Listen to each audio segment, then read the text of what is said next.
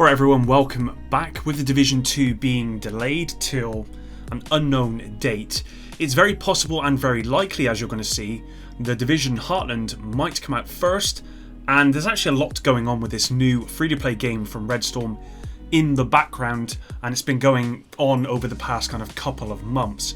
Now, based on what I've seen and going back to documents from many months ago, I'm predicting a release date in the next 11 weeks or so, before the end of the fiscal year, which is the end of March. So let's take a look at what's been happening. Drop a like and subscribe to stay up to date with all my videos. Let's get into it. The Division Heartland is a game I'm very much excited to hear more about. But unfortunately, due to the lack of any real marketing for this new game, I still see many people daily on all the Division forums asking about this game. I mean, you've probably clicked on this video because you have no idea what the Division Heartland is about and you're wanting to know more. Let's not forget, we've basically had one official announcement, and then we've had some alpha footage which was kind of leaked, along with a leak of the game artwork, or at least some game assets. Aside from that, we've really had nothing else, but that's not unlike Ubisoft, who, as we've all come to experience playing the Division franchise, like to leave everything until the last couple of weeks before release. So for anyone who wants to know what Heartland is, well, it's basically a battle royale / survival PvE and PvP game. I believe it has multiple modes. I believe one's called Expeditions. I believe there's also one called Storm, and is Redstorm's take on a battle royale / survival kind of mashup. It looks very interesting with some new innovative ideas like a randomized roaming infection zone, if leaks are to be believed, and if the footage that we've seen do come to fruition. This is kind of like a cloud of dangerous infection rather than the usual battle royale ring that gets gradually smaller. This infection roams around like a cloud. You can see the description on screen for a kind of more better probably way of describing what it's all about.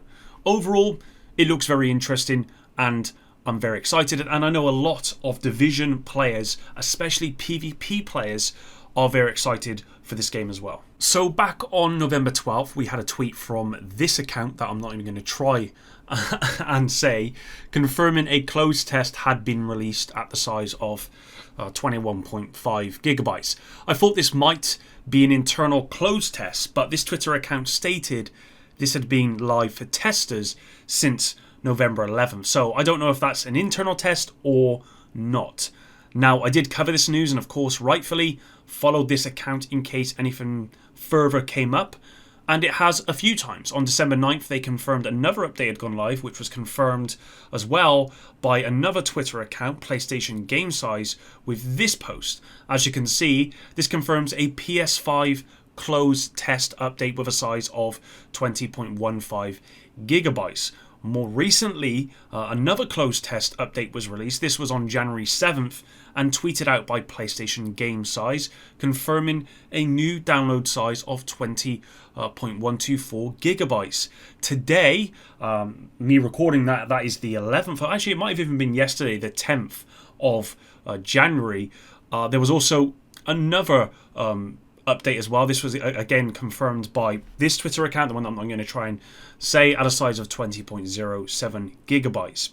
So it's very clear there is a lot going on with this game in the background, certainly when it comes to updating the game. Now, to reinforce these tweets, I found this as well on I think it's prosperopatches.com.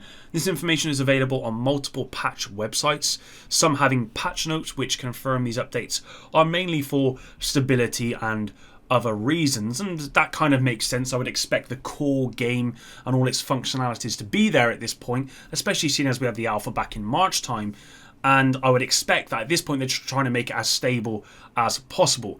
As you can see by the dates these patches were for, they line up with the tweets from multiple counts. What I don't know is if multiple counts saw these kind of patches on these websites and then made those tweets or not. I'm not too sure about that. But overall, I mean, I'm pretty confident these are accurate, especially when you consider that the Division Heartland should be released before the end of March. And let's not forget as well that PlayStation Game Size were the website that I believe leaked the Division Heartland cover artwork. So they're definitely reputable when it comes to the Division Heartland's information. Now, I said we should get this game before the end of March. If we go back many months to Ubisoft earnings report, you will see this section which says the year will notably see the release of Far Cry 6, Rainbow Six Quarantine, Riders Republic, The Division Heartland and Roller Champions.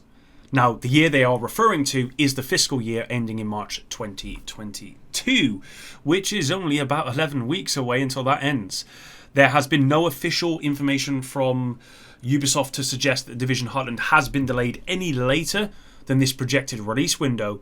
So, at this point, the Division Heartland is set to release within the next 11 weeks or so, which would explain why there have been so many closed test updates over the past couple of months. The game being fully ready to play at this point, but just trying to get it as stable as possible before release. But if you did want more evidence, then there is this. On January 6th, Red Storm sent out this tweet looking to recruit a build release engineer. And whilst it doesn't confirm they'll be working on the Division Heartland, I think it's safe to assume that is the case, as I don't know of any other projects they are working on, certainly none that are coming out shortly. As the title of this job role suggests, this person will be responsible for helping support the build and release of a new game. And here are a few of the responsibilities included within the job advertisement. Maintain a robust and reliable automated build and continuous integration process for the management of digital assets. Monitor build servers, VMs and developer systems, proactively solving developer problems before being reported. Assist QC and developers in build deployment.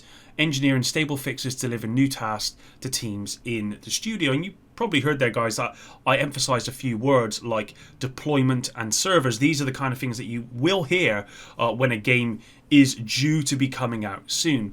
So it is my understanding that you don't employ someone in this position if you're not preparing for the release of a game or update. And so with everything that we've combined in this video, I'm confident. I'd say I'm about 85% confident that the Division Heartland is really not that far away now, and I am going to guess that it will be coming out in March of this year. And if this comes out before the Division 2 new content, which I suspect it might do now, this would fall in line with the Ubisoft timeline graphic they put out back in March, which showed the Division Heartland coming out before the Division 2 content. So it just seems that everything is kind of falling into place. That's it today though, guys. Thank you for sticking around until the end of the video. If we do hear anything more about the Division Heartland, then of course I will cover it here on the channel, so make sure your notifications are turned on. You will need to be subscribed in order to make that happen. I really do appreciate all of your support, and until the next one, Epic out.